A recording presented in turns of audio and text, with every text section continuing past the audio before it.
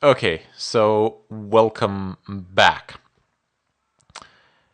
And Wireshark is doing its monitoring thing here, really. But the port 3128 will actually allow the filter for the port 3128 will actually allow us to see who is connecting to us. And this is the source IP address, which is mine, so I can see where it is. So I can see that I am connecting on 3128. But since I applied all these filters, I don't think I can see anybody else doing it. It doesn't matter. These were just the filters to basically narrow down your search, but I'm gonna go ahead and delete these and just leave 80 and 443. Now I can see that the source IP address will usually be the source IP address will be either the IP address of my server or the IP address of the person actually requesting certain content on port 80 or port 443 through my server or the service itself. So it's going from 46, 101, 153, 159 to 54, 200, 125 of somewhere. Let's go down to the bottom.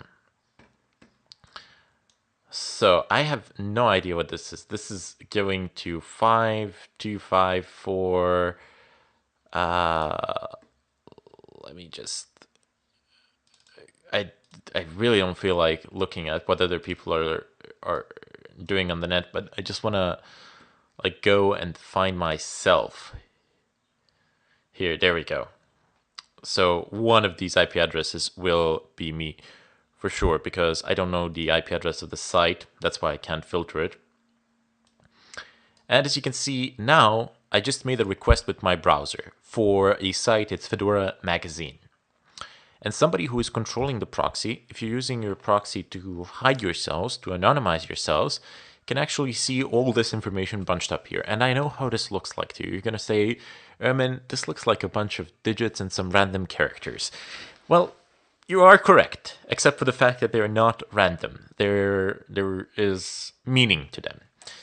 You see the address, it says 209.132.181. I can just open up my browser and I can, because I know it's port 80 and port 443, I know for a fact that these are either web server, these have to be some sort of, that these are usually some sort of websites. So I don't know the domain, but it doesn't matter. I can type in 209.132.181.15. Let's say that one. Okay, so it says unsecure connection. You should never actually do this. I'm dead serious. But I'm just going to go ahead and add an exception to the rule. But seriously, do not do this. I don't know why, but it seems that the Fedora that there's been a problem with the HTTPS.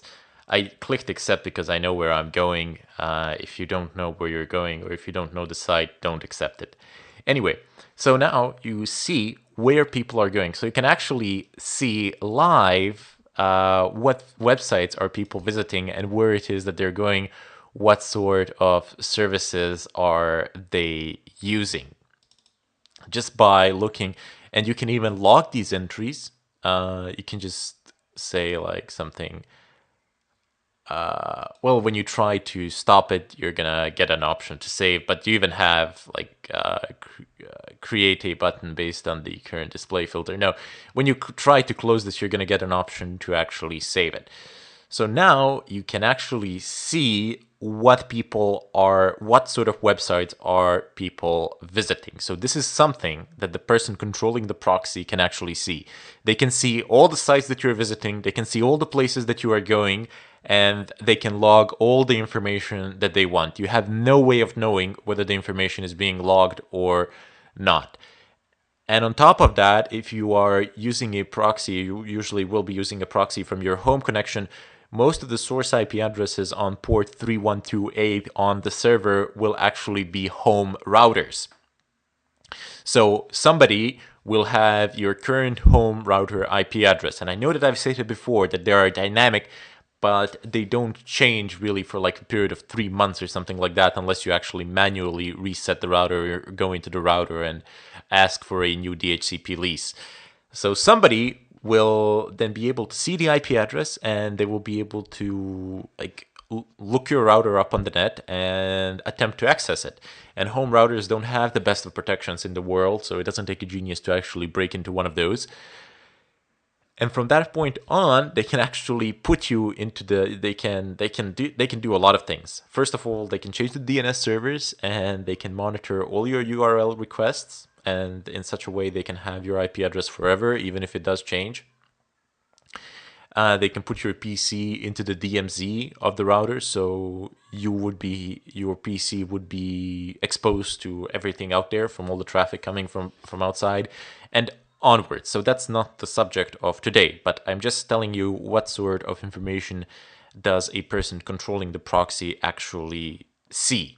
They see your IP address from which you are coming, they see where you are going, and they see what is that. They have the address of the place where you went, so they can just open it up in their own browsers, and they can actually have a look at what you are looking at the same time.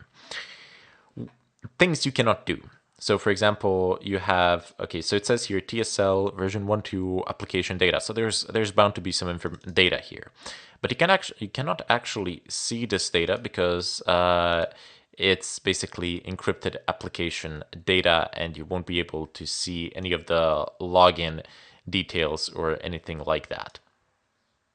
On the other hand, if the request is basically an HTTP request without the encryption, you'll actually be able to see a little bit more. Let's go to Linux questions.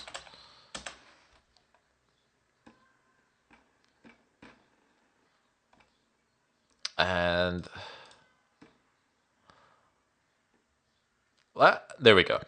So this is going to be sufficient.